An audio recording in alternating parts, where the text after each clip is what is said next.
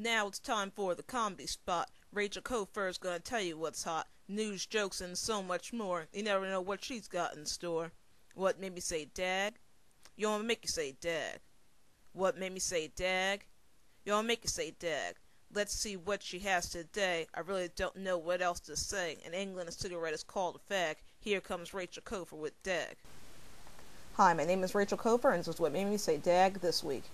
The Israeli Prime Minister is headed to Egypt this week to begin peace talks. We all know what happened the last time Israelites went to do work in the land of Egypt. In entertainment news this week, Pamela Anderson is reported to be dating an electrician from New Jersey. I guess the sparks were flying. Also in entertainment news, it appears that Paula Abdul really is gone from American Idol, as producers have named Ellen as the replacement judge.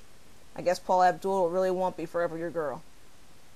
Finally, in sports news, I'm sure everybody's heard about the young female runner from South Africa who's actually reported as being a hermaphrodite, meaning that she has both male and female parts, but she makes more testosterone than the other runners.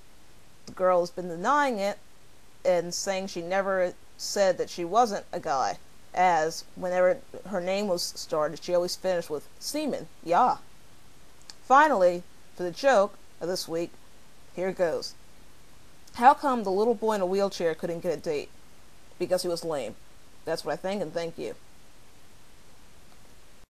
Now the show is coming to an end. We'll be back next week, so just tune in. Same time, new jokes. You'll laugh because the comedy flows unlike a woman on menopause.